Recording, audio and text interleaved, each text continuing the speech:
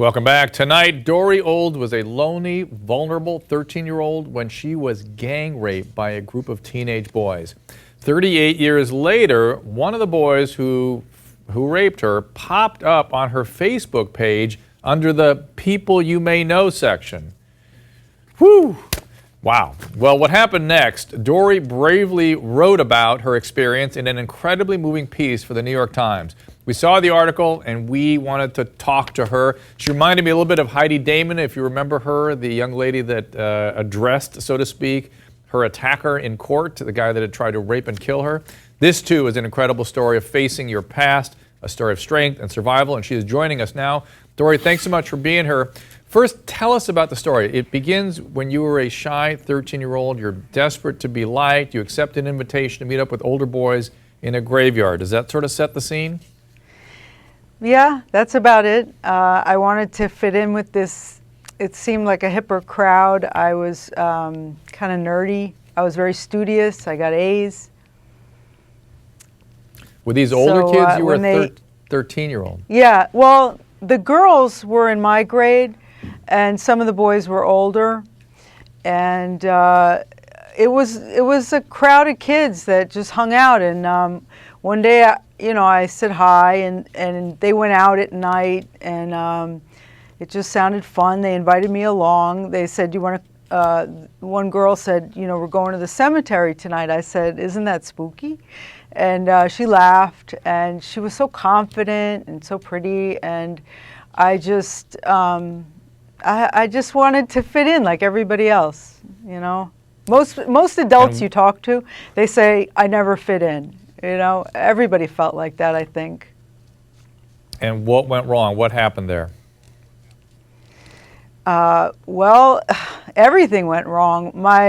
The two girls, when they had boyfriends, I didn't. I was, awkward, I guess, nervous, shy. And they went off to make out with their boyfriends. And so I was standing there feeling like a dork, And then we'd all been drinking a little, smoking some pot, and it was the 70s. And then this guy who I thought he was the one who betrayed me the most. This was a guy who I thought was my friend, because we used to talk in school and laugh, and we knew some of the same kids. And he had a girlfriend who wasn't there that night, and he motioned me over like, "Hey, come here, I want a girl's opinion. I need your advice."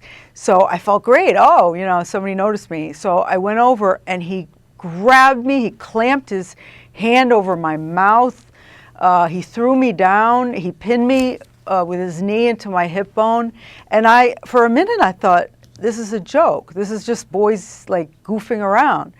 But then it wasn't a joke. I mean, they didn't let up on my mouth, and they started laughing and like taking turns and ripping at my clothes. I was a little girl. I didn't know what was going on. I had no idea. I was like completely out of my element, and it was traumatizing. Of course. And I understand one of your messages is for victims to A, not blame themselves, and B, speak up. And in your essay, I think it was in the essay, you said you almost talked to one of your teachers, but eventually clammed up, held it in, remained dysregulated and wounded, and then turned to drugs and alcohol, as so many do. That's about right. Yeah, I had this one English teacher, Robin Disson. I loved her. She was great. I had her for creative writing, and I wanted to talk to her, but what stopped me from telling her, from telling my parents, my sisters, I knew that something would be done and those boys would get in trouble. And I was petrified that I would be unmercifully teased in school, bullied at school, because I would be like labeled a rat, a snitch. I was just petrified. Kids were cruel. They could be very cruel. And if you were insecure at all, not my father, he used to say, well, just don't let it get to you. He said, have a poker face. But I just didn't know how. Well, and that was your version in that day and age of blaming the victim again. You assumed you would be the one to bear the responsibility. And it is a big deal. You feel such shame as having been a victim that your shame then becomes an issue that is discussed out in the public. Let's say you had to testify against these boys. You have to revivify all those experiences. Now, I want to move past it a little bit to a line in your essay that really struck me. Towards the end of the essay, I think it was the end of the essay, in fact, you said, quote, "I wanted to hate him and hurt him, but realized that the only way to be free was to let it all go. When I defriended him," that's your Facebook, "I felt strong. The past was the past, and my mouth wasn't covered anymore." Tell me about that, because originally he popped up, you wanted to get him, and you found, should we call it a more spiritual solution? Well, I wrote him a long note. I was shocked to see his face. It made me feel sick. And then, you know, I thought, should I friend him? You know, I could have just sent a message, but I don't know. I guess curiosity, and so I friended him, and he accepted the friendship right away, and I was so disturbed. Like, I thought, does he even remember? Did these boys know what it did to my psyche? And they probably forgot all about it, which had haunted me. And so I wrote him a note, and I looked through, as soon as he accepted, I looked through his photos, and I saw he had a pretty teenage daughter.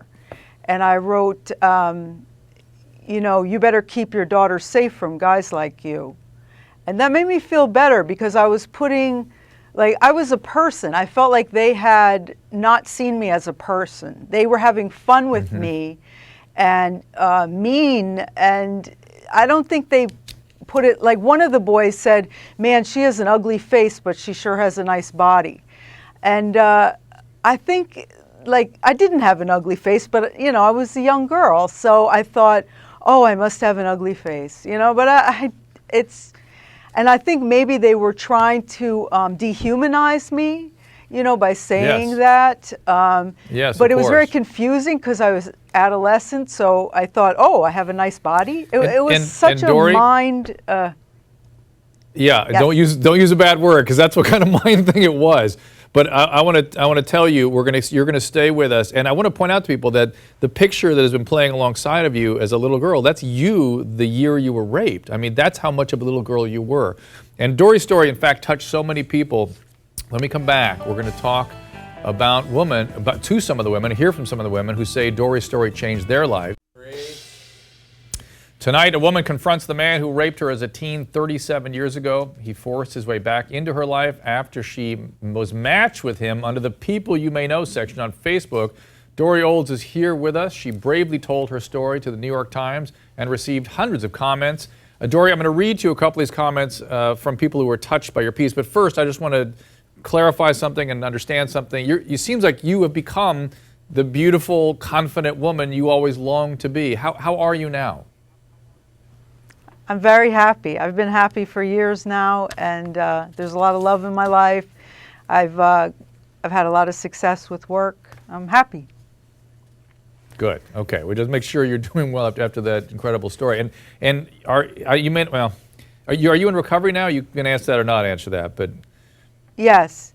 No, I am. I had a terrible time of it. Life was out of control with alcohol and drugs.